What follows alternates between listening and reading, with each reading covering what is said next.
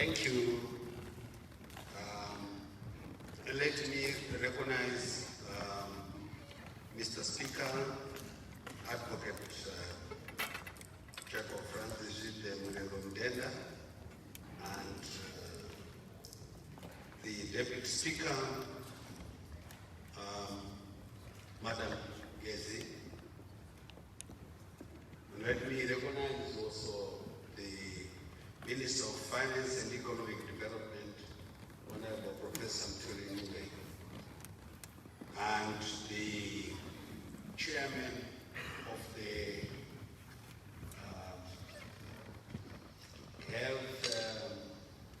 Environmental Health Portfolio Committee, Dr. Rabode, Honorable Dr. Rabode. I'm happy that, Mr. Speaker, that the Honorable Chair summarized all the questions which were brought before us. But for the purpose of the honorable members, I'll go area by area. The first one is to do with the 2022 year, the 22 financial challenges where Treasury releases have been heavily constricted and very managed to meet the Ministry's operational requirements. And that it is the hope of the committee that in 2023, the Ministry will be able to be allocated sufficient funding to meet the Abuja declaration target. And that in the year 2022, the difficulties were on what was received by the Ministry, which was 27% of the allocated operational budget. That is 16.38 billion out of possible 58 billion. This, we are talking the operational funding, less the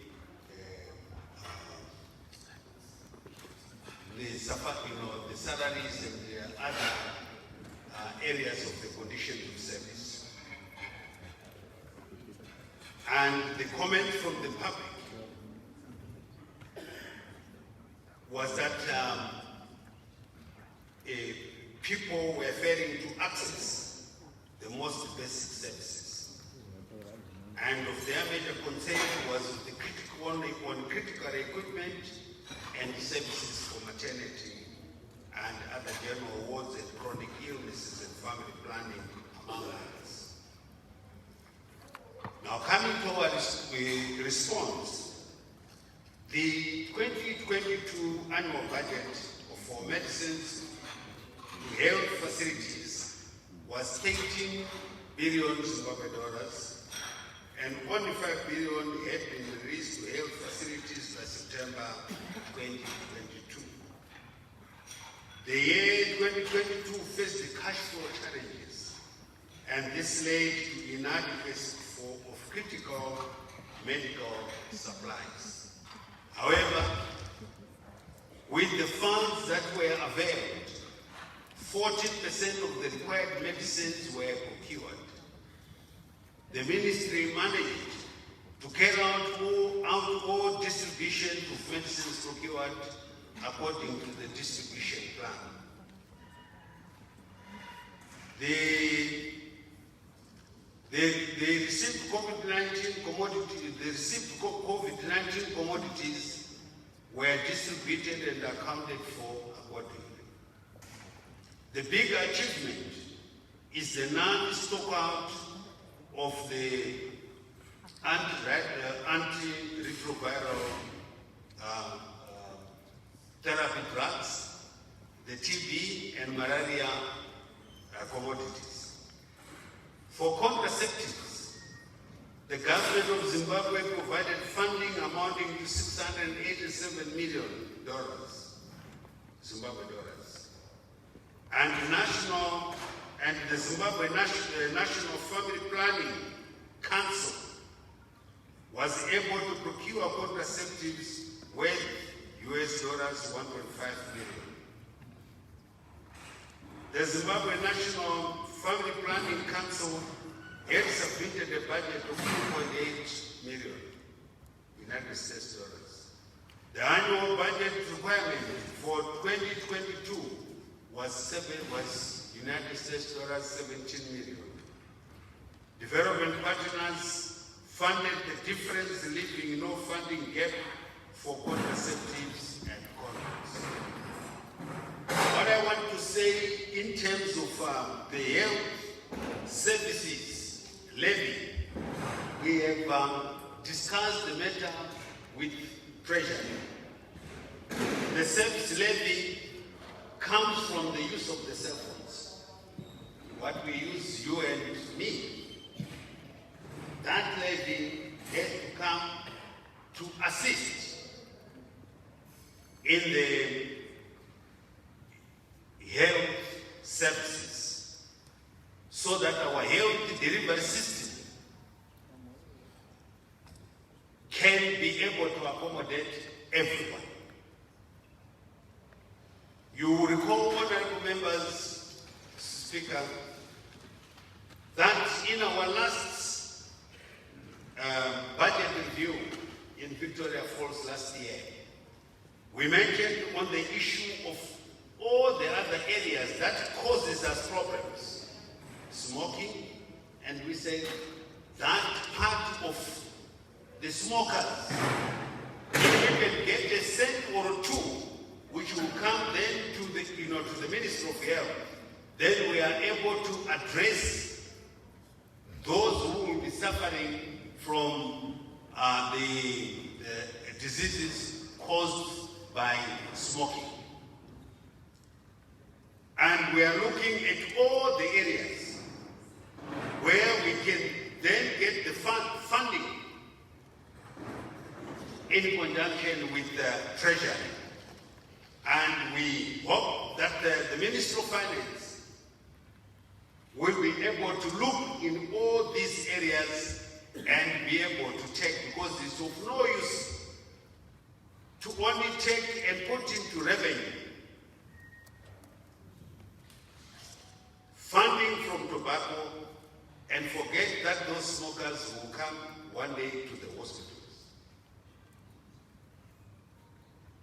And the cell phone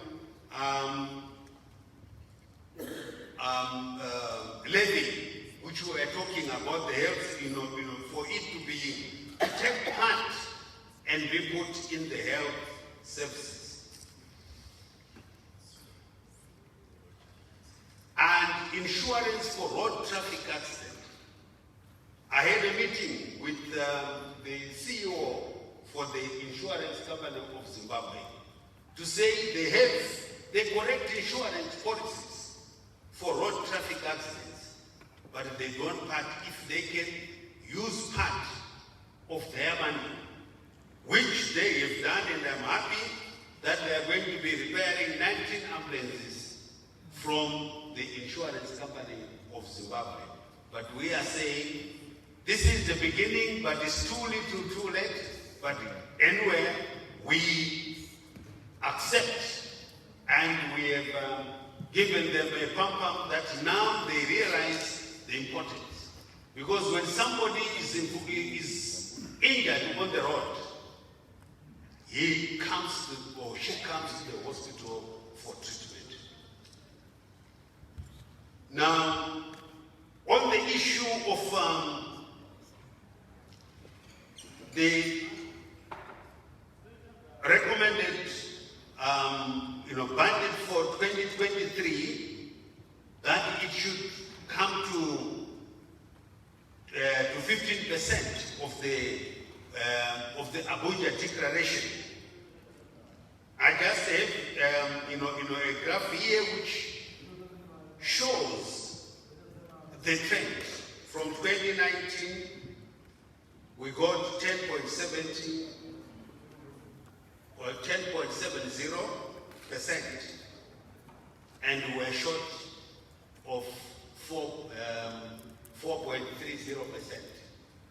In 2020, it went down to 9.32. 2021, we had an increase, and it got to 12.87%. 2022, 12.16, and in 2023 has gone down again to 9.93%. The highest achievement, as I said, was the 2021 allocation, which was 12.87% of the national budget. The allocations above were, however, based on budget allocations and not total expenditure. The preliminary focus reflects a percentage of 9.93% of the national budget. In 2023, we appeal to the Minister, to the Honourable Minister of Finance, to reconsider their allocations to the Ministry. It is critical that whatever we do to be seated here is because we are healthy. Whatever we do,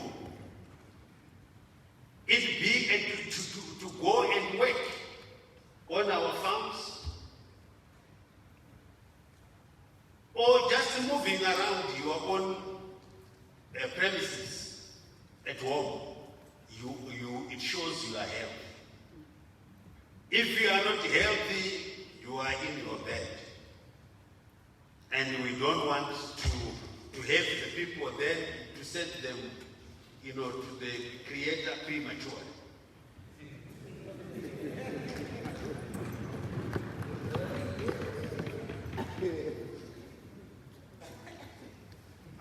On comment 3, that was to do with the clinics, complemented by mobile clinics, was mentioned, especially for the rural areas, because people are traveling up to from anywhere from 20 to 30 kilometers without having access to basic health care. And there was an example given that some of the general hospitals needed complete reconstruction, not refurbishment.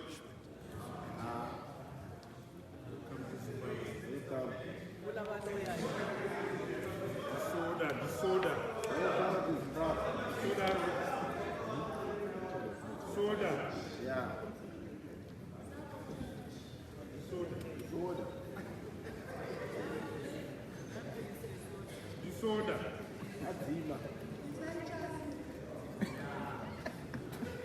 Just got okay.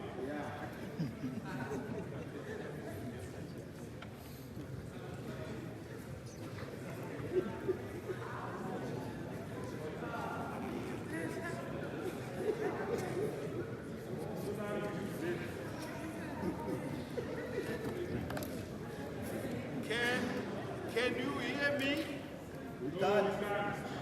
Huh? Can you hear me?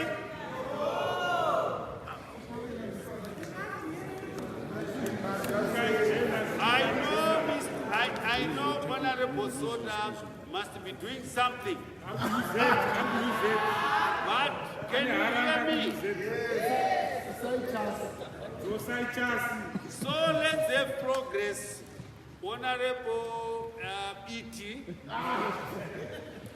I can see you shaking, but you can hear me.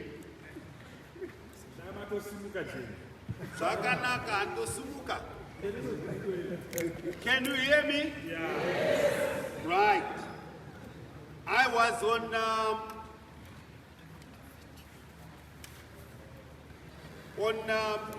facilities for health delivery system in Zimbabwe.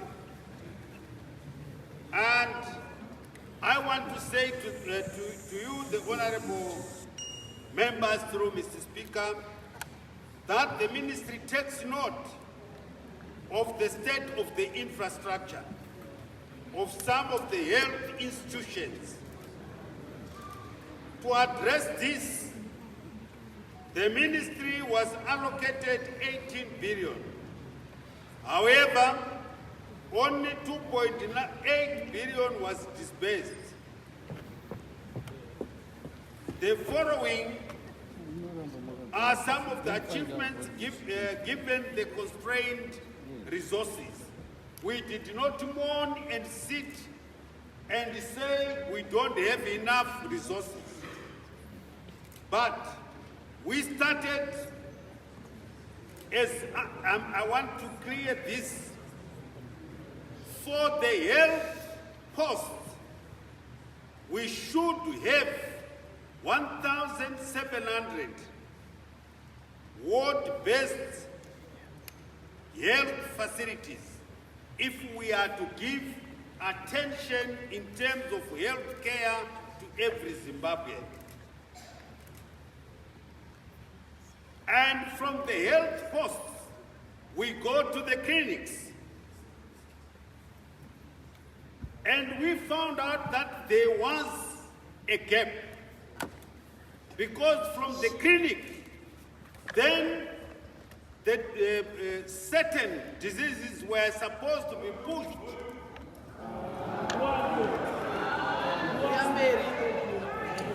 They were supposed to be pushed.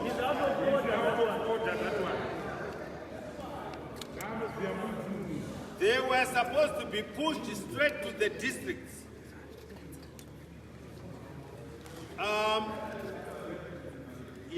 Honorable member, when we go to the other house, we will do that. That will be permissible. But here, let's try, and all of us, because we are responsible for building our great nation. Let's all of us come together. We cannot build Zimbabwe if we are retrogressive.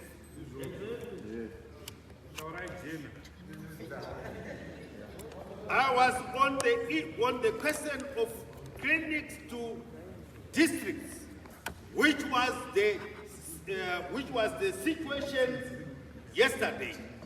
But now, between the clinic and district hospital, we are putting an intermediate hospital, a 22-bed hospital.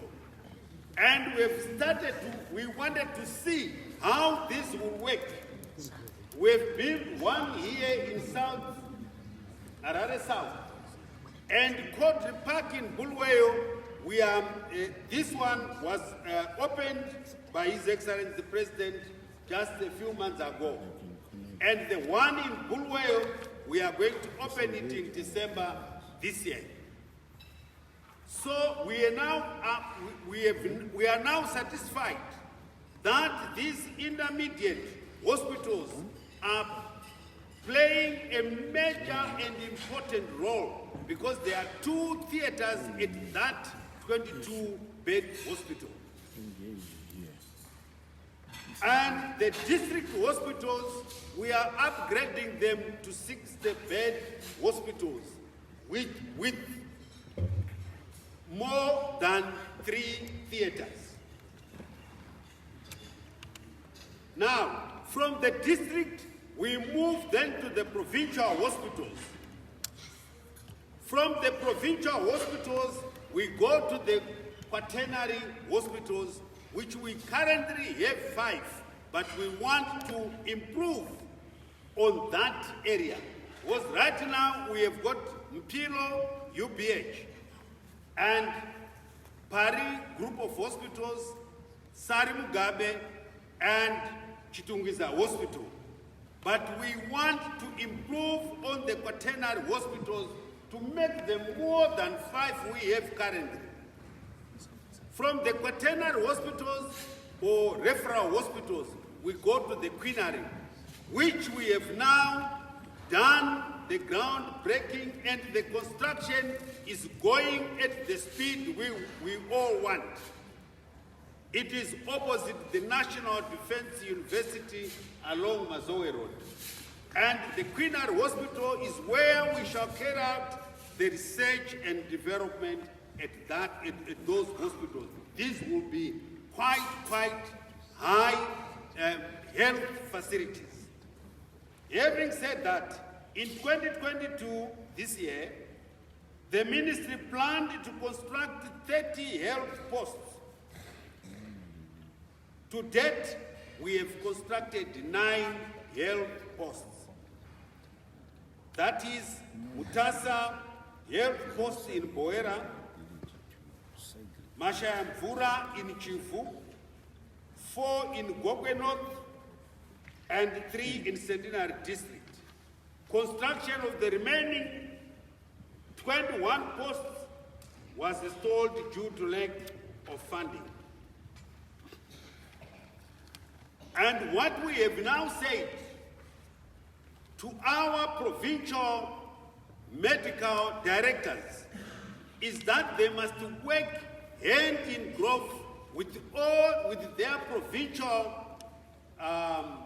ministers of state and devolution, and also work with their MPs in the given areas so that the priorities are properly defined. Once priorities have been defined, we then go to Treasury to say we want priority in these 1, 2, 3, 4 areas, so we can address some of the challenges we are all facing on the ground. Now, coming to the construction of enhanced polyclinics and rural hospitals, the ministry plans to construct 30 such facilities and 5 district hospitals by 2025. The target for enhanced polyclinic construction in 2022 is 4. That is the Stone Ridge Clinic, which I've already talked about, was completed and officially opened.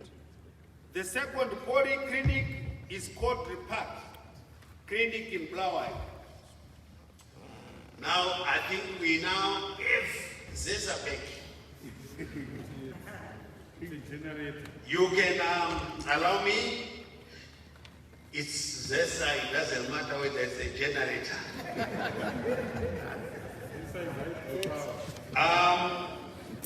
And so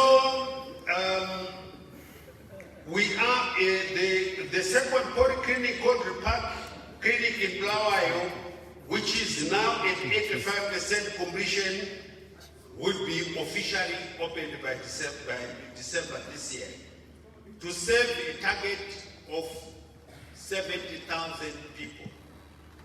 The other 2 polyclinic sites were handed over to the contractor, that is Mataga in Merengwa and Runyararo in Chumanimani, and are at various levels of construction. Lupani Provincial Hospital, overall completion is at 15%. The first phase currently sits at 59%. That is central stores, pharmacy, casualty, junior staff flats or houses, administration and substation, pediatric ward. The superstructure is almost complete. Reinforcements for ring beam and casting concrete ring beam have already been done. Surgical ward and waiting shed foundations are now complete, and the contractor is starting on the superstructure. Administration block, we have the outpatient department, A and B wards, the superstructure is complete and the contractor has started on the roof. Antenatal, the superstructure is at 50%. Staff houses, roofing in progress, 5 blocks which have been roofed, and each block has 16 units.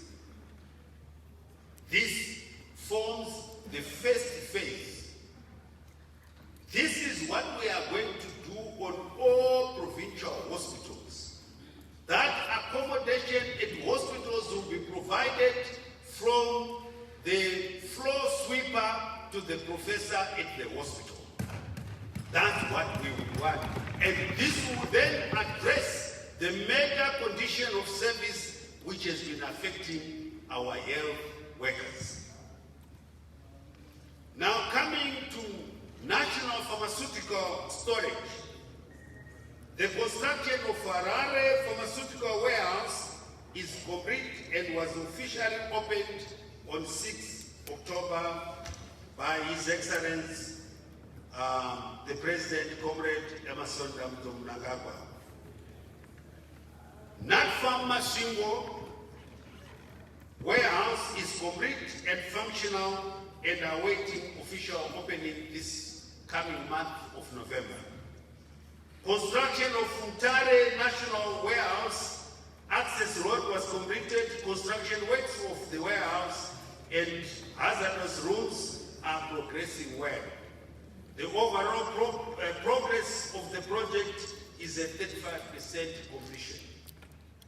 The ministry, in collaboration with the development partners, has completed the construction of dry stores at the central vaccine stores. The warehouse is 450 square meters and is going to be officially opened soon. To create additional storage space for pharmaceuticals, the ministry is constructing 31 pharmacy stores in clinics which are on different stages countrywide.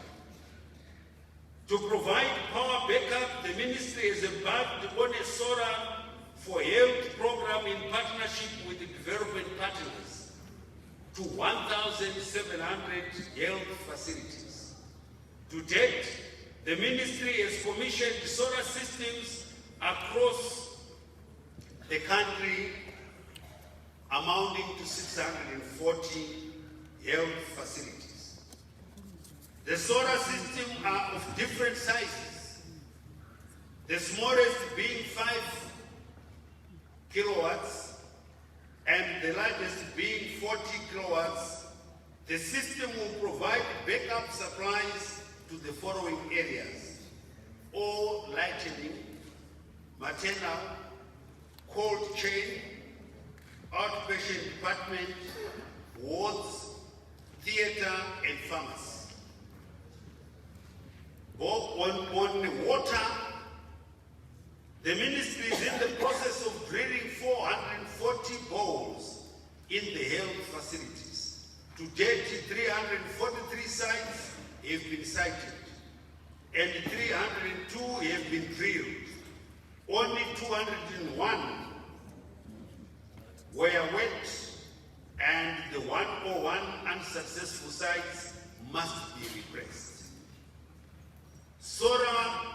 On solar suitcase, these are solar systems that have been installed in 1,100 of our health facilities. They were targeting the lighting systems for the maternity and general wards. This initiative was undertaken in order to reduce the maternal mortality in the country.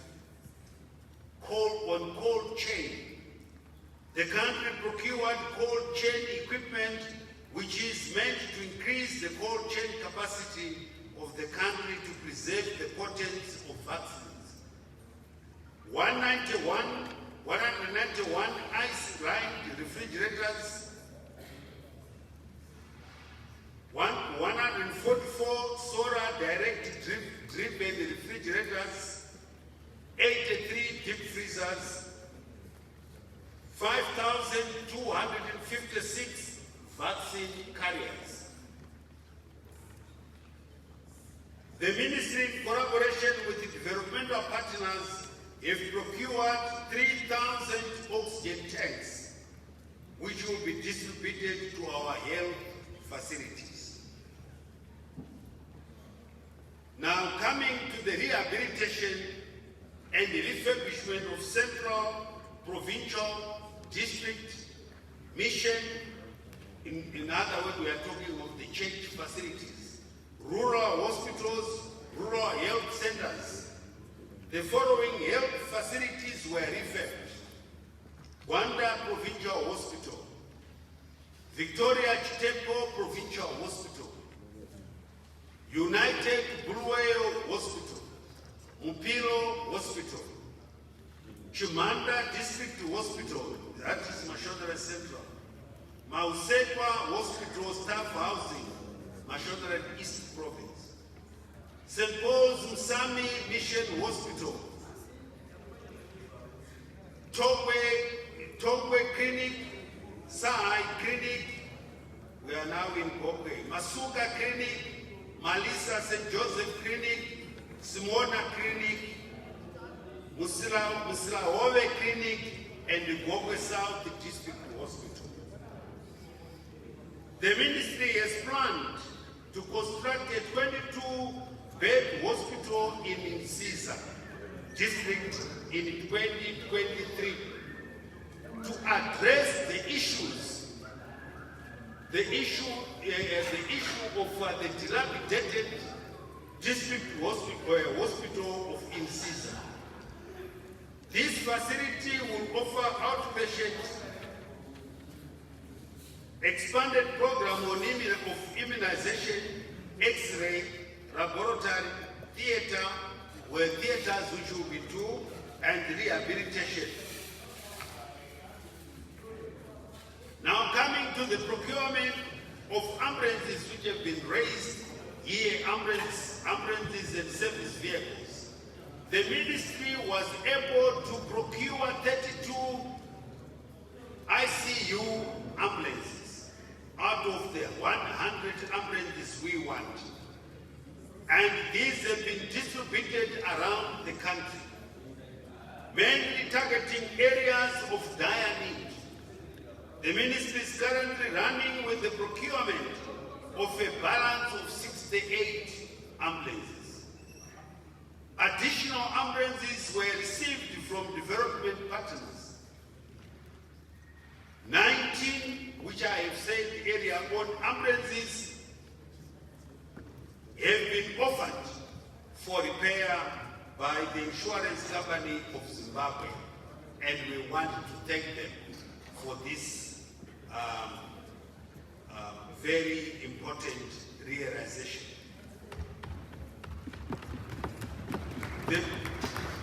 The plan is to have 26 highway ambulances placed at toll gates across the country. We've discussed with the Minister of Finance that for us to meet the golden hour, we need an ambulance or ambulances at each and every toll gate, so that if there's an accident on the highway, an ambulance can quickly rush there. We have also brought in the private sector as ambulances, and the coordination of that program is being undertaken under the chairmanship of the Minister of Finance and Economic Development. Just on Friday, I opened the nomination, and we are hopeful that they will be able to win the gold award, because the S ambulance was the best on the African continent, especially in ferrying patients affected by COVID-19. They ferried patients right up to Europe, or from Africa to any part of the continent where they wanted. Besides, this is above so many lives which were saved by that company in Zimbabwe when they had to ferry patients either from Tare, from Chirezi, from Ashingo, from Bulweyo, going to wherever they were supposed to go, or from Victoria Falls, to Harare. They played a major role, and we've said we need to work together with them. They now have aircrafts and ambulance, and we want also Minister of Health, the Minister of Defense, and S to be combined together, and we would want to get a levy from all the tourism, from the tourism industry. That way we will be able to meet some of the requirements the health ministry is looking for. Coming to malaria, this year malaria program provided 10 lorries for the indoor residual spray and 6 service vehicles. So we are taking care of that non-communicable disease, but it is important that we deal with malaria because it is a killer. On motorbikes, we have patient sample transportation vehicles, 9 integrated vehicles, and they are able to attend to 2,000 sites, but we need more in this particular area. And on HIV, TB, diagnostic trucks, HIV, we have got 32 vehicles. On TB, we've got 4 screening trucks. Now, coming to the service vehicles, which are going to be bought this year. Buses, 63-seater, 11 buses for our medical staff. 40-seater buses, 40-seater buses, we are going to buy 9. 20-seater, 10. And on vehicles, we are going to have 55 vehicles Toyota Hilux and dash vehicles 26. Now, coming to the comment made by women in Epworth who bemoan on the lack of equipment for maternity ward, such as beds for persons with disability, name tags for new reborn babies, water, blankets, etc. During the year 2022, the ministry continued with the provision of free maternal services to all mothers. For the period January to September this year, a total of 400 million Zimbabwe dollars had been expended under this line item. The reimbursement system whereby public health facilities offer free services to the patient and lodge claims for reimbursement to the ministry continues to be in place. In 2023, the preliminary budget amount is 1.1 billion against a budget bid of 9.98 billion. To ensure that blood transfusion services are readily available for all, the Ministry of Health is continuing with the blood coupon system. This service is being offered for free to the patient. For the year 2022, the ministry has paid 1.27 billion for the provision of this service. The budget for this year was 1.1 billion, and additional resources had to be sought to enable to pay outstanding invoices. The indicative estimates for the year 2023 show a figure of 1.3 billion against a bid of 9.1 billion, which we make an appeal for consideration by Treasury.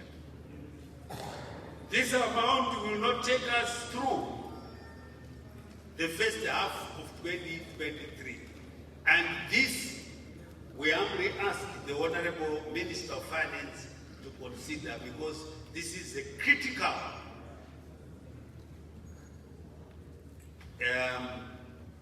component of the health delivery system.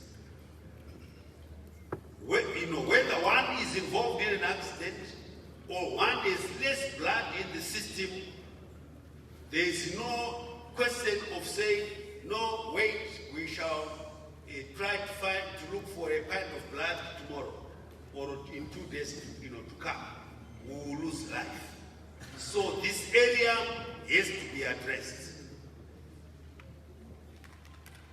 Now, coming to comment 5 on the people, where people expressed concern over difficulties in accessing healthcare services to non-communicable diseases such as cancer, which Honorable Chair of the Portfolio Committee has highlighted, and that there are only at least two cancer machines.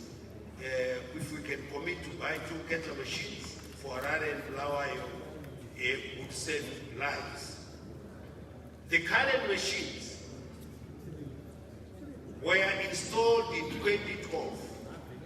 We have a total of 5 treatment machines, 3 at Parenyatwa, 2 at Mpiro. Order, honorable members. Order.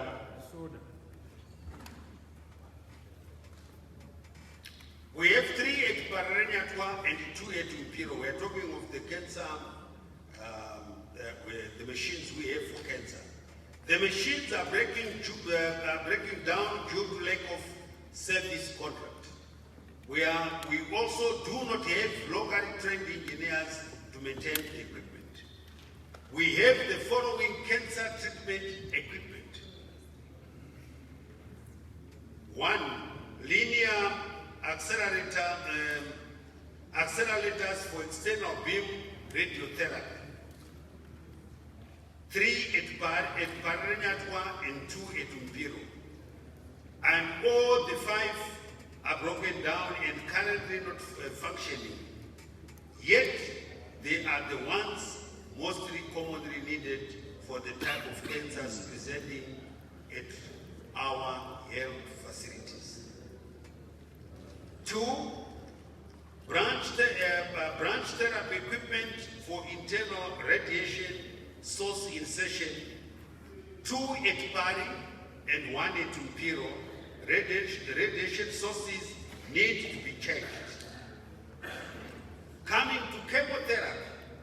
Chemotherapy uses drugs injected into the body to kill cancer cells.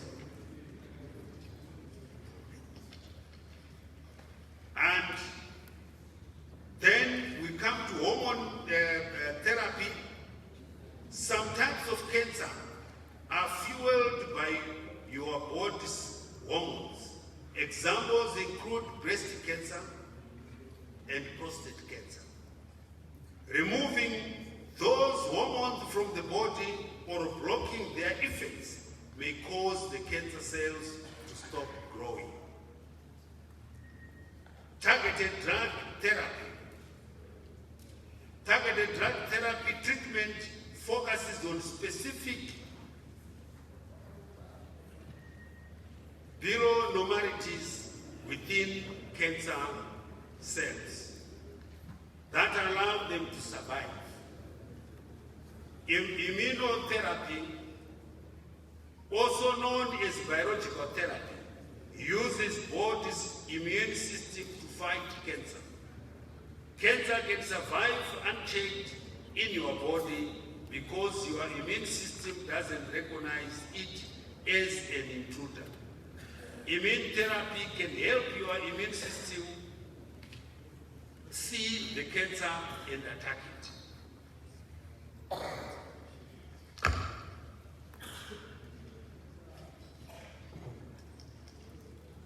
Now,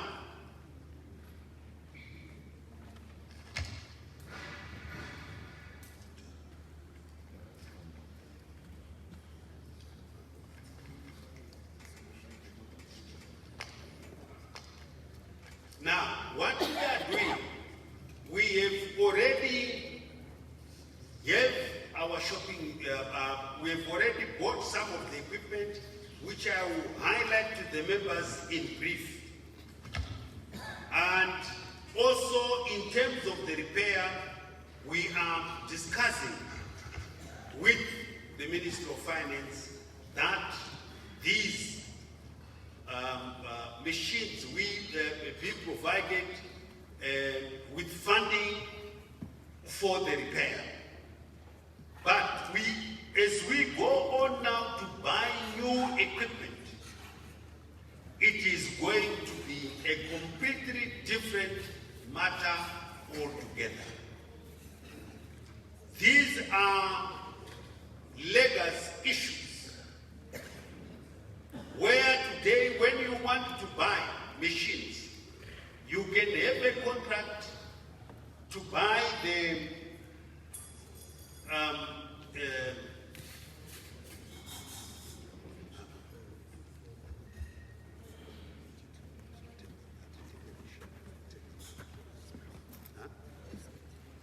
we buy the placements and companies provide the machines and they are responsible to repair those machines at their own costs.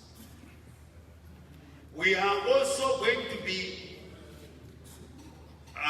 bringing in the service providers, the service funders, like the insurance company of Zimbabwe and others, to buy equipment for our hospitals. And they will, those, once they are there, they maintain them. And we agree on the funding mechanism. So all these, we are putting them in place. But what I have been saying here is to advise honorable members on the current situation which was there, which are based on legacy issues.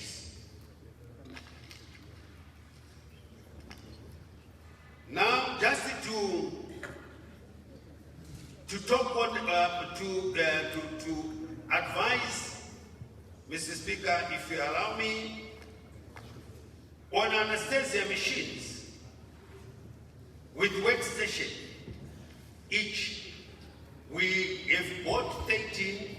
This is no machine local ZESA. 13, and we are waiting delivery. On the and on the smaller ones, we've got 57 and we are waiting delivery.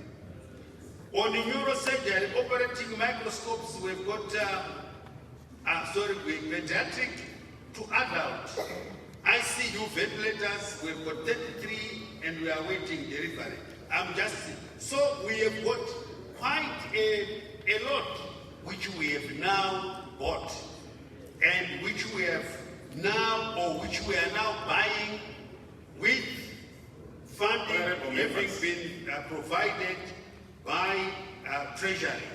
Radiotherapy equipment, oral health equipment, electromedical equipment, all these are now going to be, have now been bought, and some have been received, some are waiting delivery, and we will be distributing them in terms of the priority areas.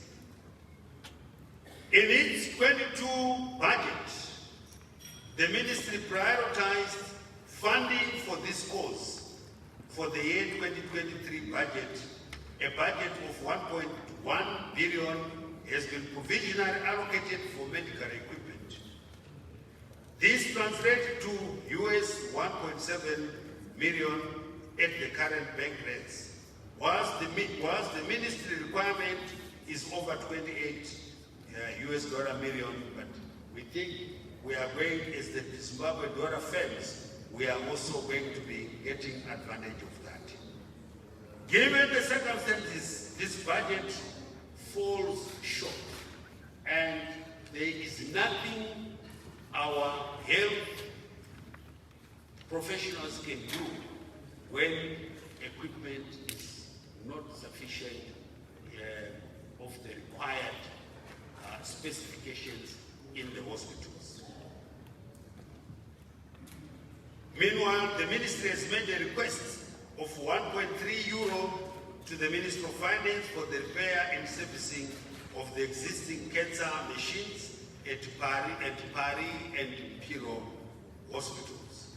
The ministry can be able to provide services from the old equipment whilst procurement processes are in progress. Now, focusing on biomedical equipment sub-program, the ministry is advocating that the two orthopedic centers at Parinatwa and at UBH in Blawayo need to be re-equipped with modern equipment for efficient production of assistive devices for the likes of such as wheelchairs, walkers, crutches, and prosthetic devices. And we want to revamp. These had been closed down, and we want to revamp that. Honorable members might be aware that we have now been able to have a complete hip replacement, which was done by our professionals led by Dr. Packet in Guerrero. The hip replacement had never been done at a provincial hospital. Now we can do that, and we would want that hospital to specialize in that area.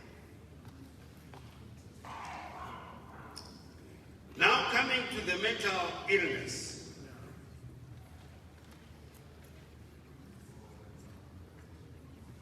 The government,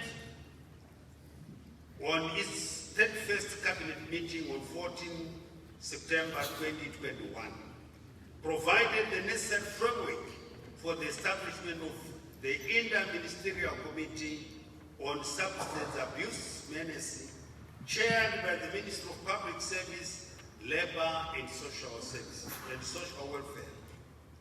A multidisciplinary and multi-sectoral approach has been adopted to arrest the situation. The Minister of Health and Child Care is the pillar lead for 2 out of the 5 pillars, which are harm reduction pillar chaired by the Minister of Health and child care, and occupational therapy from the Department of Mental from the Department of Mental Health is the focal person. 2, treatment and rehabilitation pillar chaired by the Minister of Health. A psychiatrist from the Department of the Mental Department is the focal person. Supply reduction pillar chaired by the President's Department, Minister of Home Affairs and Cultural Heritage is a pillar member. 4, demand reduction pillar chaired by the Minister of Youth, Sports, Arts and Recreation. And 5, community reintegration chaired by the Minister of Public Service, Labour and Social Welfare. These are the 5 pillars to address the issue of mental health caused by drug abuse menace. The drug abuse menace continues to ravage individuals, families, communities, and societies at large. The general populace of Zimbabwe is hard hit due to the increase in the harmful use of these substances. No nation can prosper if its citizens become unproductive due to health-related challenges caused by these drugs and substances.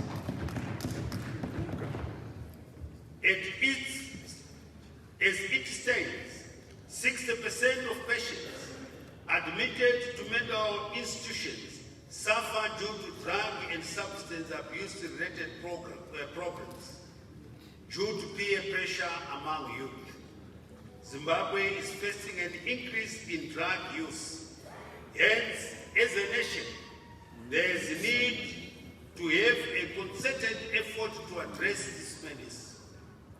Alcohol, marijuana, crystal meth or toriro, and bronco, among others, are the main drugs being abused, especially by youth.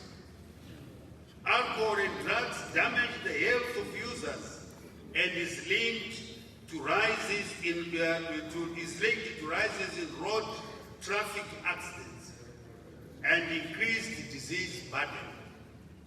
The Ministry of Health and Child Care has launched a number of initiatives to address drug substance abuse menace, namely the Zimbabwe National Drug Master Plan 2020 to 2025 was published in 2020 with a mission to reduce the demand, supply, and harm of drug substance abuse through a multi-pronged approach. Next, the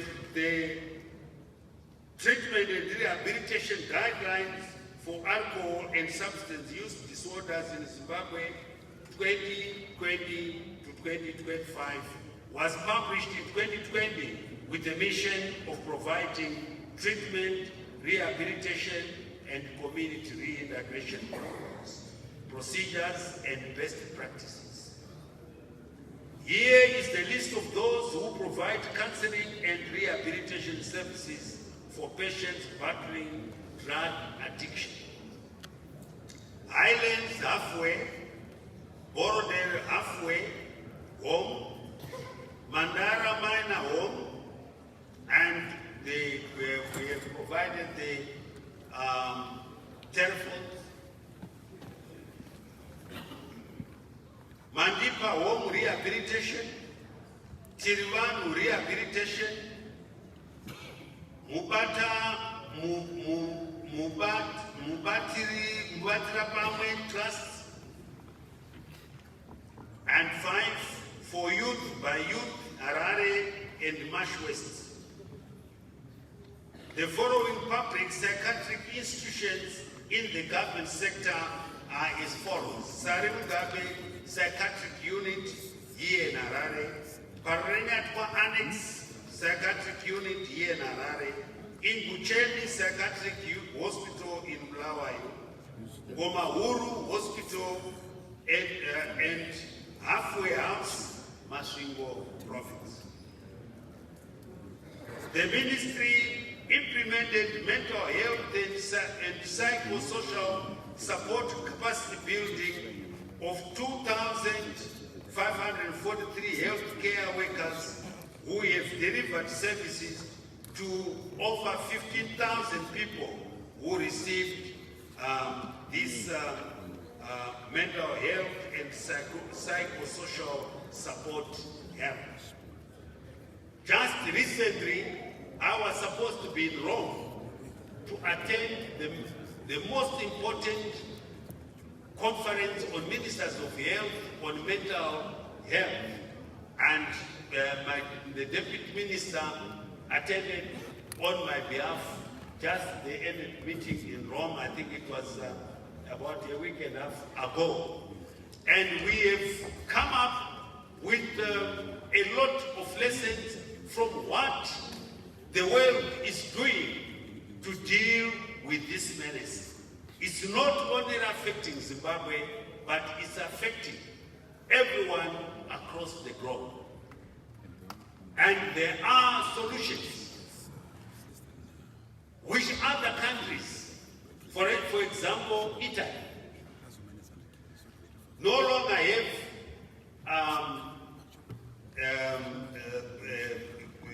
public psychiatric institutions. They have home-based psychiatric institutions. And this is an area we are also looking into to find if it is time in Zimbabwe to have home-based care treatments, and to find if we can get the resources in conjunction with Treasury to address this area. It is an important.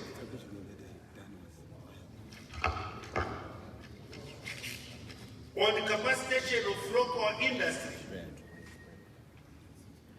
the pharmaceutical industry is no longer a priority, but now a necessity. Through the respective sister Ministry of Industry, it needs to make an effort to save the foreign currency Zimbabwe loses through a high import bill on medical supplies, through capital injection on local medicines and manufacturing industry. In this area, we have formed the triple helix,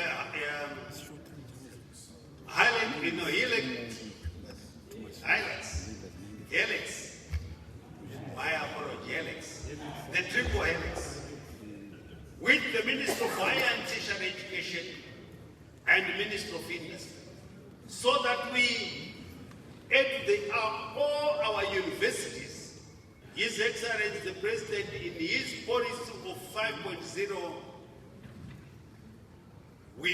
they are innovation hubs, where students from our universities must now start developing drugs. And once these drugs have been developed and approved, they are patented. And they go to industry, and we must provide these students with funding so that they can start their production, pharmaceutical production, and that would now be in the area of industry. You are aware of the cough syrup, which was done by the university student, is now being produced here. This trust, if we all support it, we will be able to cut the bill, and the monies we are expending sending patients outside the country. On our part, we have engaged quite a number of countries. We now have the traditional Practitioners Council, unlike the Zinata, which was known in the past. We now have our own Ngangas, but who have been doctors. Currently, the council has got 4 medical professionals, but who were called to be traditional healers. So they do their hakatas, but at the same time, they know that the patient must be taken high blood pressure, must be taken sugar, they must test for sugar and any other illnesses. And once that has been ruled out, they can go traditional. So we are also trying to grow the herbals so we can develop them. And in this area, we have got the People's Republic of China, we've got India, we've got Iran, we've got Cuba, and we've got Egypt. in developing our traditional medicines.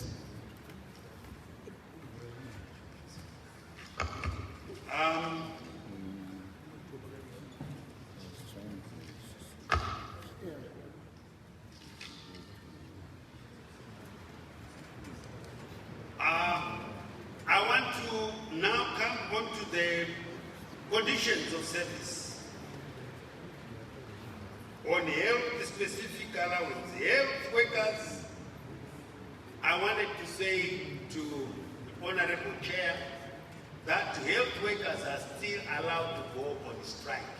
It is 72 hours they go back because we are dealing with lives or death.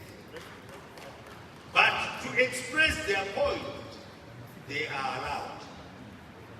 What we don't want is a continuous, and we have discussed with our workers that if there is an issue, they can select people to come and discuss with us, whilst others are still saving life. And this is the way we should, as parliamentarians, support, to make sure that whilst they are expressing their point, there are people in hospitals saving lives. Because it could be you, it could be me, it could be her, it could be anyone. And you need that service. Now, most of the health allowances have been indexed to the US dollar to address the consequences of inflationary pressures. There are some issues and concerns with the current allowance structures that government shall continue to address subject to resources availability. On-call allowance, night duty, standby call-out, nurse managers, special help, uniform allowance and uniform maintenance. This on uniforms. Slowly we are going to be addressing this matter, that the nurses and doctors, within the shortest possible time, you will not be able to identify them on the roads. Because we will be buying the equipment, dry cleaners in hospitals, they just come like anybody else. And we are building wardrobes in the hospitals. They will come, go into their shower, change, and go into the uniform. After work, he goes or she goes in her jeans and goes home. So the white uniform on the street, very soon, you will not get it. You will only see it in hospitals. That's what we would want to do. Post-basic psychiatric allowance, COVID-19 allowance still states, red zone, high risk, medium, low risk, and medical allowance. These retention allowance, these we have addressed. And we have said the matter has been addressed. And it is not the correct thing to talk about somebody's allowance and somebody's salary, like what has been happening in the past. The salary is somebody's salary. I have never seen anyone posting his salary in the paper to say I earn so much. But we have addressed that matter together with Treasury. Generic allowance on transport, housing, representation, cushioning allowance, COVID, forex and special allowance and rural allowance. These are all been done, and on transport I have talked about. What I had left was on staff canteen program and construction of new canteen facilities where there is none, like where there is none, e.g. Sakuba, we are constructing canteens so that our professionals, when they break or they come from the theater, the surgeon can go for a cup of coffee and a sandwich and have at the hospital. That's what we are aiming to achieve. And we are renovating existing canteens. We have started at Gokwe. In Gokwe, for instance, we've just given. But we are doing it all over. And seed money for operating these canteens, we've discussed with the Treasury that they give us a once-off seed money to open all these canteens so that our health professionals can now have the facilities at their institutions.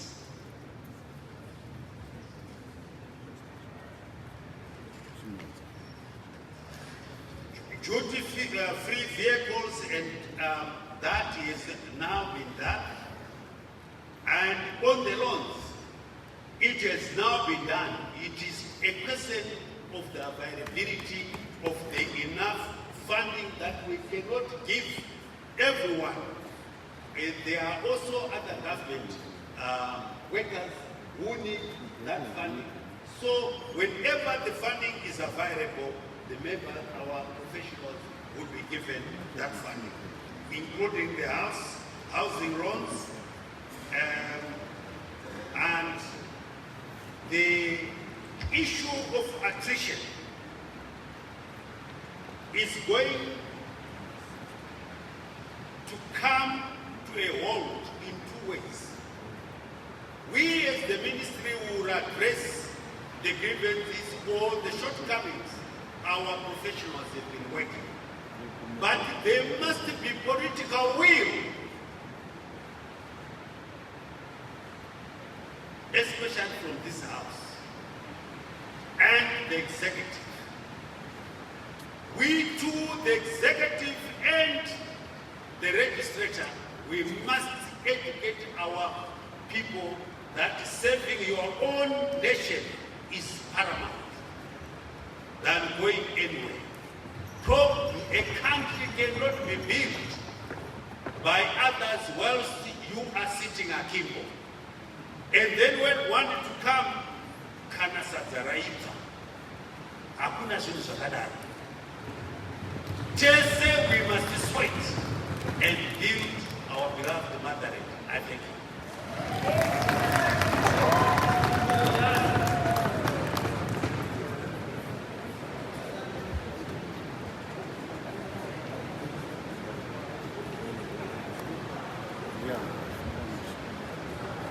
Thank you, Honorable Vice President, for such a wonderful presentation and a comprehensive response to the committee, the report. Thank you so much, Honorable Vice President. Mr. Speaker, saying we are now moving into plenary. Thank you, Mr. Speaker, saying we will have 5 contributions. 5 contributions. Please put your heads down so that we agree on how we are going to be doing it, honorable members.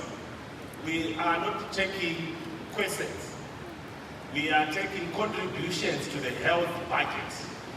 We are not turning this to a question and answer session in Parliament.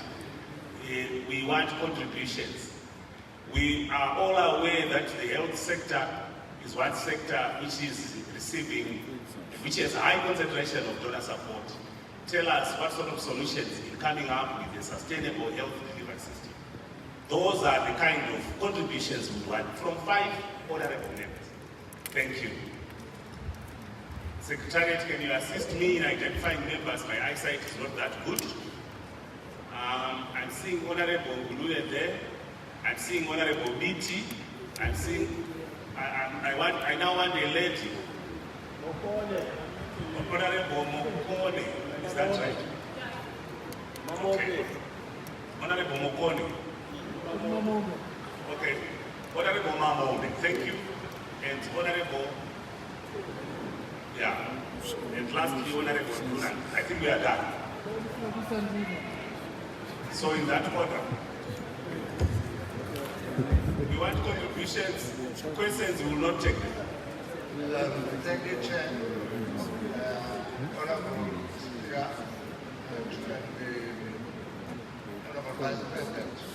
I just want to make a plea to the person that can the Vice President consider the situation at the border post, where necessary, Banbridge Hospital was built as a district hospital, and currently it is taking care of almost everyone who's passing, either coming or going out of the country. It's taking care of all people of Saga, they pass through that place. And that hospital is over congested because of these people. It's no longer serving because it cannot cater for the people who it was built for, because everyone. Chair, we want suggestions, please. I wanted to give a suggestion. Yes, straight to the point. My suggestion, Speaker, that can we try and keep that hospital so that it can take care of the people, vulnerable people who are using it. And secondly, can we have adequate equipment in terms of ambulance? Because as it is now, there's only one ambulance. It takes people up to Bulawayo. If you don't have money, that ambulance has no fuel. So I'm appealing that, can that hospital be also equipped and be capacitated? Thank you. Thank you, Honorable Ngulube, for the contribution. Honorable Iti. And thank you, Mr. Chairman. Mr. Chairman, it is said that the Minister of Health, the esteemed Vice President, has disclosed that as of September 2022, the budget outing to the Minister of Health was only 29%. So my challenge is to the Minister of Finance. Can you treat health as a priority? Because if you are only disbursing 29%, you can expect the ministry to function, and therefore people are dying and people will die. So I implore the minister to disperse and disperse timelessly. I also implore the Minister of Health himself, because the Public Finance Management Act obliges you to publish monthly statements of your account, to publish these figures so that we know that the problem is not the Minister of Health, but the allocating ministry. To the Minister of Health, there are hundreds of children that are being born with small holes in their hearts. In Zimbabwe, we have an expert based in Bulawayo, but he doesn't have the equipment and the place to do the small procedure that is required to save these children. So the Speaker of Parliament will know that a petition has been received by the Little Heart Foundation, which has been referred to the Portfolio Committee on Health. Can the Minister of Health establish a health unit in Bulawayo that will deal with the Little Heart problem that is killing hundreds of little babies born with holes in their hearts? I thank you very much. Thank you, Honorable Biti. Honorable Mamombe. Honorable Mamombe, is she still there? Yes, Honorable Chair. I just changed my position because the microphone is not working. Thank you very much, Honorable Chair. First of all, let me commend the efforts of the Minister of Health as well as the Parliamentary Portfolio Committee on Health. My contribution will be my issue that I raised yesterday pertaining the psychiatric patients that are at Chikurubi prisons. To say that when the Honorable Minister of Justice was presenting, I then contributed to say we need decongestion in prisons. Then his response was anchored on the Ministry of Health to say that the Health Services Board has not met, particularly to discharge those psychiatric patients. So I would also want the Honorable Minister to look into that, because it also contributes to the budget of that Ministry of Legal and Parliamentary Affairs. Then my second point, okay, just to clarify on that, Honorable Minister, what happens when an inmate is admitted in the psychiatric unit? They are asked to see 2 doctors before they are discharged. So what is happening right now at the Chiwenga maximum prison is that there are no psychiatrists that are visiting the prisons, to the extent that these inmates, they spend 2 years, 5 years and so forth without getting any attention, and hence congesting those prisons. Then my second point, Honorable Minister, is pertaining to the district hospitals, and I'm happy that you have touched on that point. I just want to buttress and contribute particularly to the Minister of Finance so that he can also add money to that. What we saw in the accident in Nyanga of the teen-old students, that they couldn't get medical assistance at the Nyanga hospital. They had to transfer cases to the provincial hospital, which is Mutare. You see, so it also gives efficiency if we support the district hospitals in this country so that they do not have to transfer most of the cases in provincial hospitals. So I also want to add to the voice that the Ministry of Health should have money so that they can capacitate those district hospitals so that they don't need to transfer cases. I thank you so much, Honorable Chair. Thank you. Thank you, Honorable Mateo. Honorable Mateo. Thank you, Honorable Chair. Thank you, Honorable Vice President,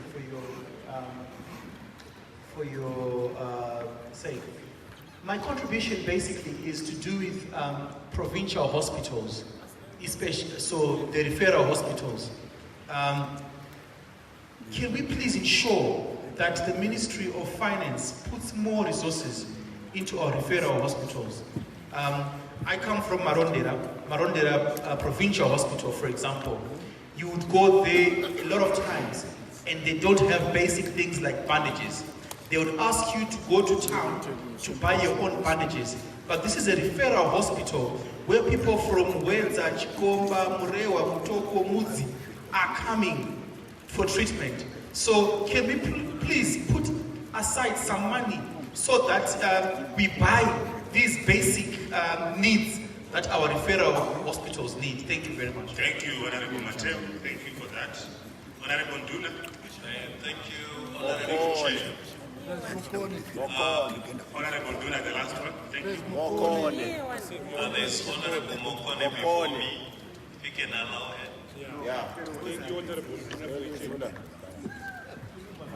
Nduna, can you carry on? Honorable Mokone. Yeah, we'll come back. Okay. Honorable Nduna, can you carry on? Thank you, Make a Honorable Chair. contribution. Be straight to your point, Honorable Nduna. That's very difficult for you. Yeah. Thank you, Honorable Chair. I ask that the Minister of Health, Honorable Vice President CGM Chiwenga, ensures the operationalization of the International Call Termination Center. This is going to enhance the coffers of the sale percentage charge that you are requesting to come to your coffers in terms of airtime. If it is operationalized, it sees a lot of inflows from international calls and also to the Minister of Finance in terms of taxes due to the content and the usage of cell phones. Secondly, the last 2022 budget in Victoria Falls, you intimated through the Minister of Finance the remittance of 20% from third-party insurance. I ask that you go further and make it 80 to 90%, so that it enhances the accident victims stabilization centers, where you have said you want an ambulance at each toll gate. This is premised on the sense that third-party insurance is, in its current form, is benefiting insurers as opposed to motorists. I ask that if you do this, you might never have any want in the future for any money in the health sector, because there is $20 million that is accruing each year to third-party insurance because of the Thank you, Honorable Nduna. population. Thank you. Population of 2,000. Thank you, So Honorable Nduna. if these suggestions are taken on board, you will Honorable definitely Nduna, will we be got your on your message. way up in terms of enhancing Your service message has been delivery taken, in Honorable the Nduna. care delivery system. Your message has been taken. Honorable Mokoni. Thank you. Honorable Mokoni is the last one. Thank you. Thank you very much, Honorable Chair, and thank you very much, VP, for giving us the report. My request to you is that you prioritize the issue of mobile clinics so that at least there is a mobile clinic within 5-kilometer radius. Then the other issue is that I request that you capacitate hospitals so that we don't lose more women while giving birth, because according to the ZIM statistics results this year, we are losing approximately 4 women while giving birth. Then the other issue is that government should subsidize ambulance costs for patients. I come from Matebelele South. If I can give you an example, a hospital ambulance from Gwanda to Bulawayo, the cost is $150. So this cost is beyond the reach of many. Then the other issue is that the minister should make sure that the hospitals are finished. He should make sure that there are beds and there is everything as regards to the tools of trade. And then lastly, I would also like to urge... Mokoni, thank you. I think you have contributed. Thank you, Honorable Mokoni. We can't keep going and going. Thank you, Honorable members. Madam Deputy Speaker, allow me to invite the Honorable Vice President to give his responses.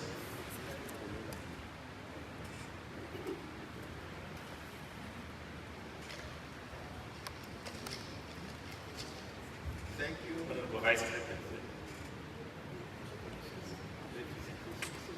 Thank you. Thank you.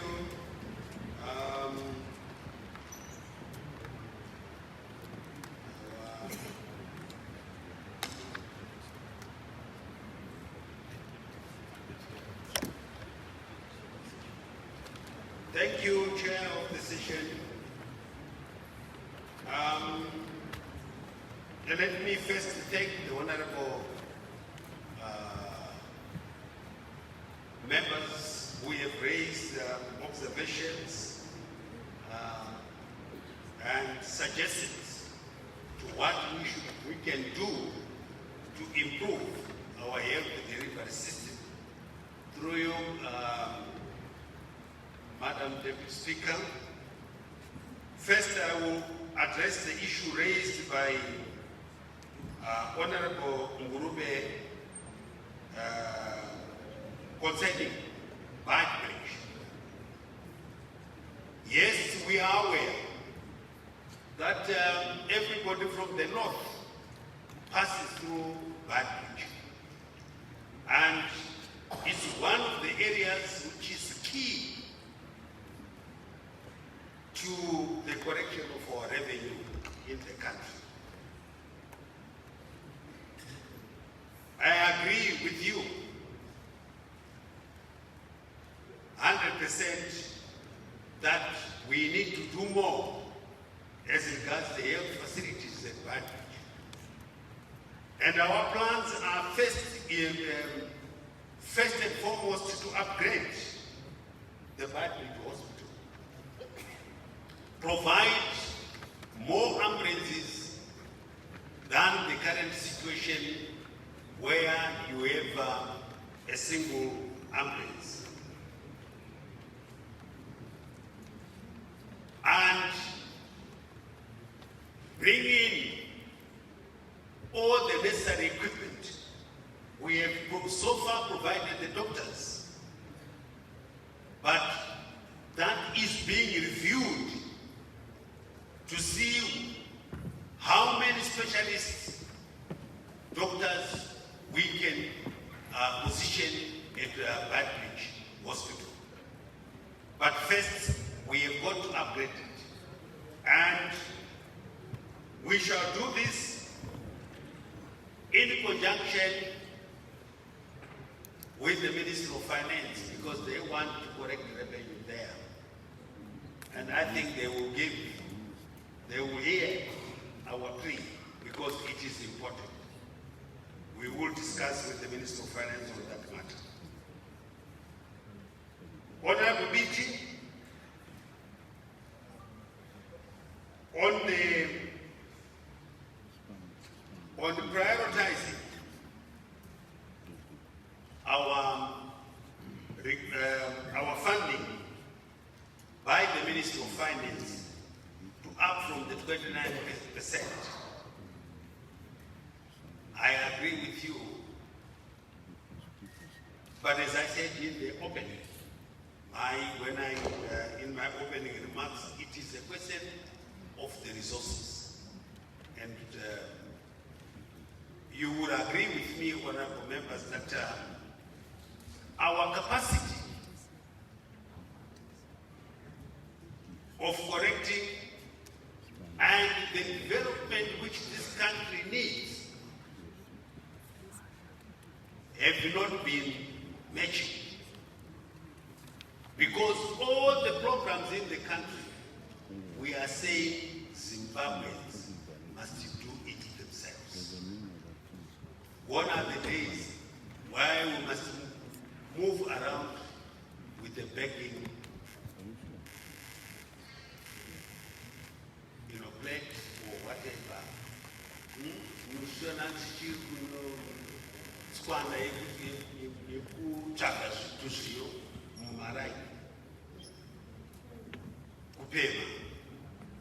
We want to do things on our own. But having said that, health is critical. If you have an unhealthy nation, you cannot be healthy. So I think the message has gone to my colleague here, and we will together be persuading him whenever he gets the 80% to throw it to the health. Children with heart problems, especially walls. You are right, Honorable BT. And I would want to advise the honorable members that in fact we are already underway in addressing that matter. In the short term, we have gone into partnership with Sergio Garachani in Switzerland, who is coming. In fact, they are coming anytime now, and they will be based at Imperial Hospital to address this particular. They are bringing their equipment, their specialized equipment, to deal with the holes in the heart for children in Matebele as a whole. And for Imperial and Paris, starting with the Bahrain Group of Hospital, we are bringing in equipment for open heart surgery. You recall, honorable members, that the open heart surgery had become functional, but it became dysfunctional. It's a legacy issue, and we have discussed with Treasury on that matter, and we'll be reopening that heart surgery pretty soon, starting with Paranayan Group of Hospitals. The equipment currently, as we talk, is going through tender. Honorable Joanna Mamombe, what you have said on the mental health is quite an issue which has been brought to our attention. And we have got a commission, mental health tribunal, led by the Honorable Justice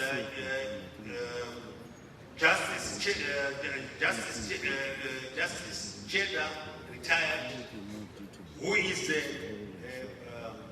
chairperson of this committee, who is dealing with the mental health prisoners. And they are going prison by prison to look at those mentally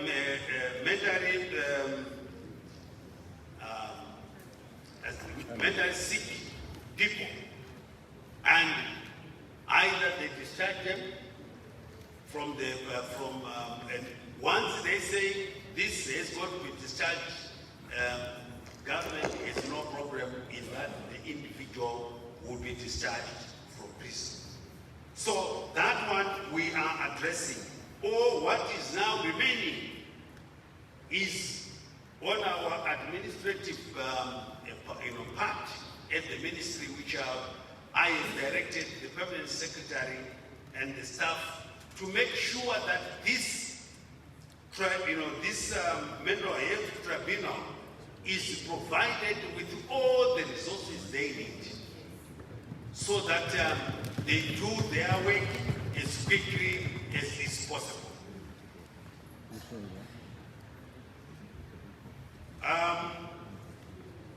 Without repeating myself, the issue of the Nyanga disaster, I thought I should address it. I addressed it in Parliament. We managed to achieve the golden hour. Had we not achieved the golden hour, we would have lost a lot of children. Those 6 children who perished in that Nyanga bus disaster, 5 died on the spot and 1 died on the way to hospital. As we then sent and we mobilized MRS, MAS, ambulances, defense, and we had given Nyanga 3 ambulances. They now have 3 ambulances. The children were evacuated in less than an hour. That's what saved them. The issue of the people that some of the, like the teacher who was evacuated by air ambulance via Mutare, is because the injury which the teacher had suffered, we have no capacity. It's not a question. The hospitals are graded from the health post clinic and district hospital, provincial to referral hospital. There are certain injuries which cannot be dealt with even at provincial hospital. Straight, they must be sent to the referral hospital. That's why those that teacher in particular was airlifted to come to Harare, and he survived.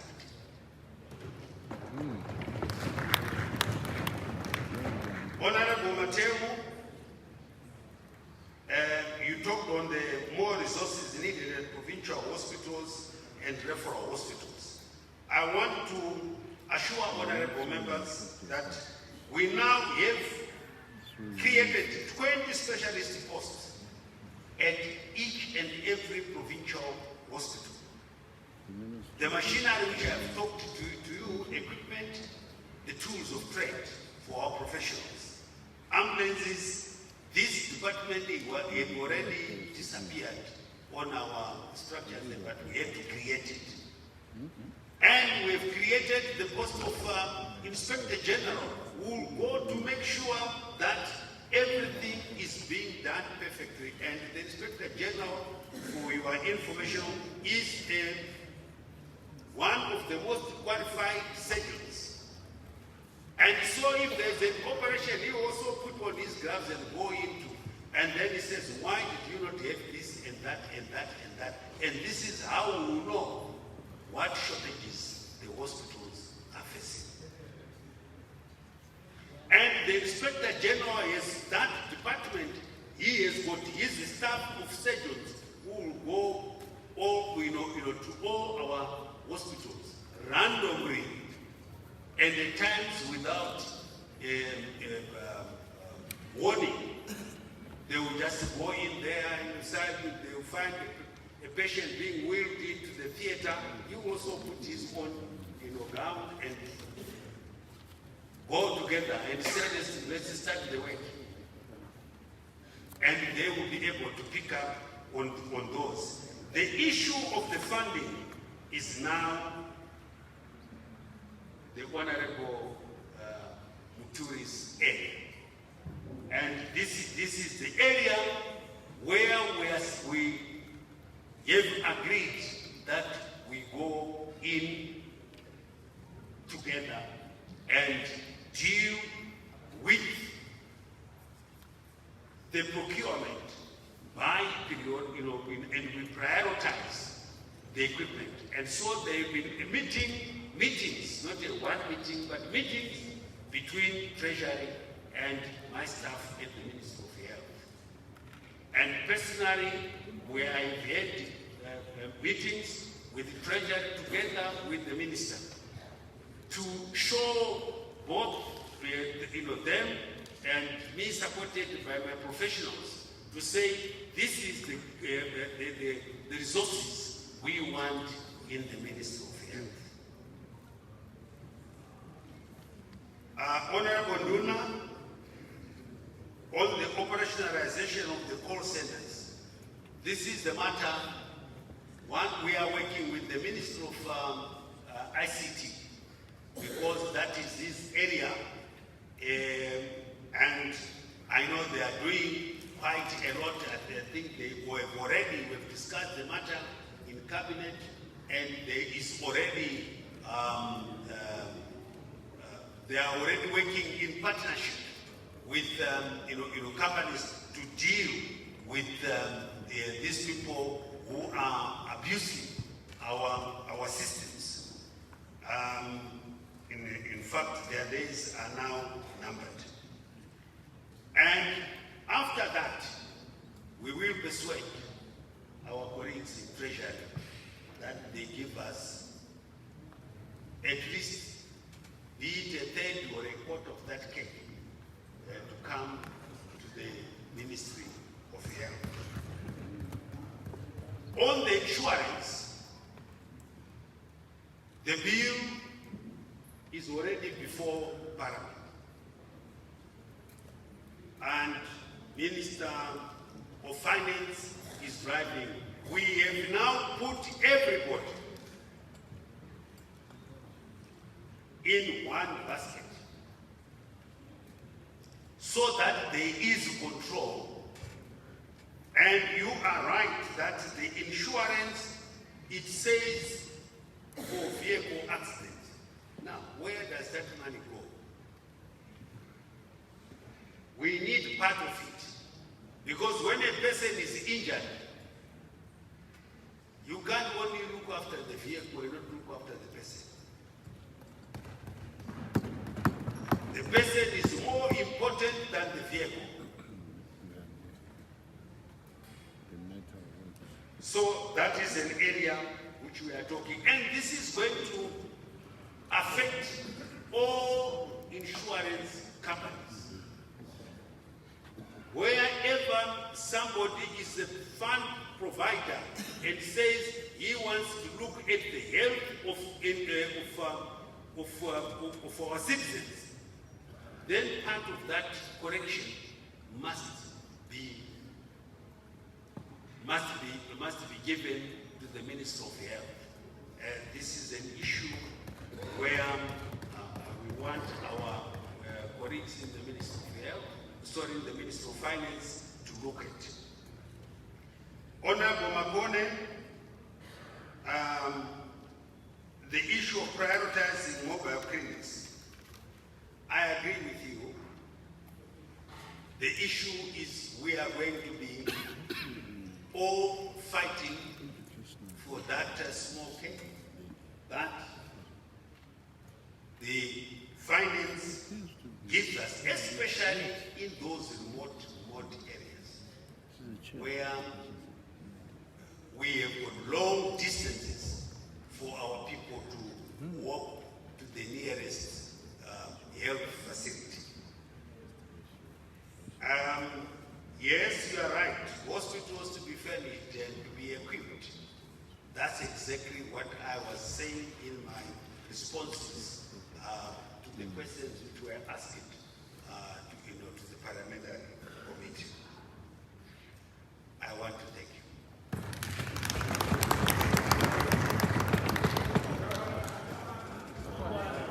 you.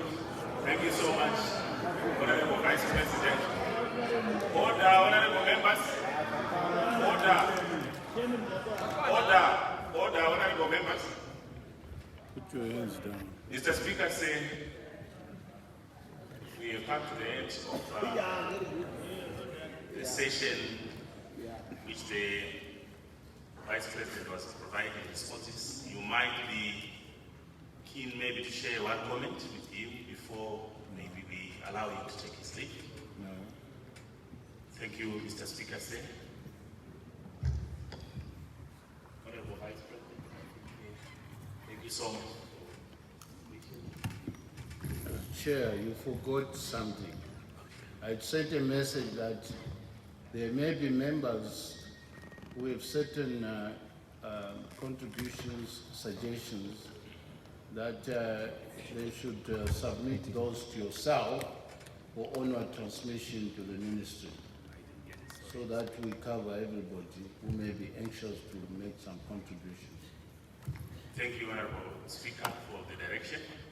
Honorable members, anyone with contributions which they want to share with the Minister of Health, who is our Vice President, please may you submit them to us. We will send them to the Vice President.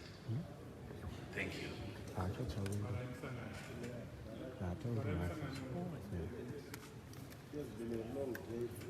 You're chairing the next session.